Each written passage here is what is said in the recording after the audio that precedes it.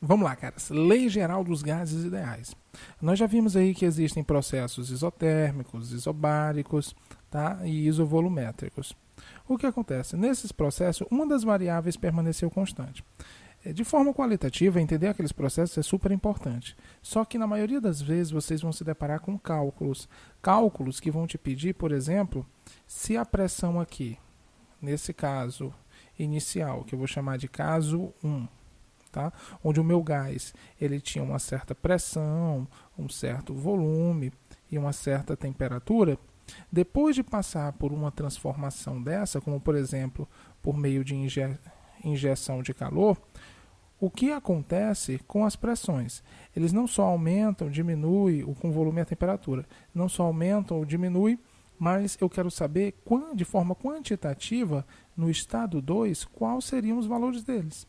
Como assim, professor? Não estou entendendo. Por exemplo, se a pressão era 1 atm, o volume ele era de, 22,4 litros e a temperatura do gás 273 Kelvin.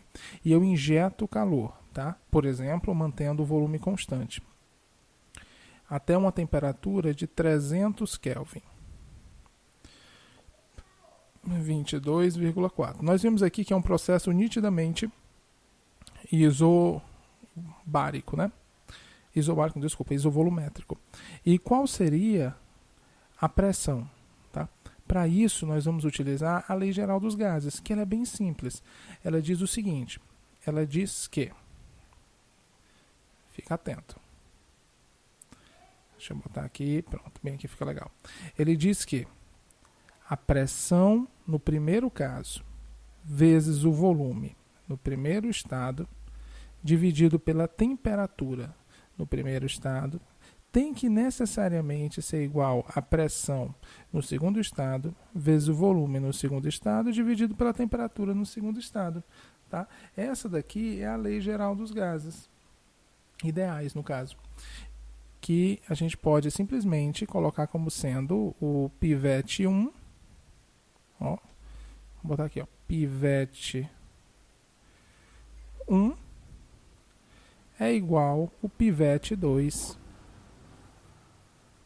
Tá bom? Não tem Fobol 1 igual Fobol 2 não, tá? É só pivete 1 igual pivete 2. Tranquilo? Professor, e como é que eu vou aplicar essa fórmula? Cara, a gente vai fazer uns problemas aí onde você vai aplicar ela e vai ver como é fácil aplicando ela, tá bom?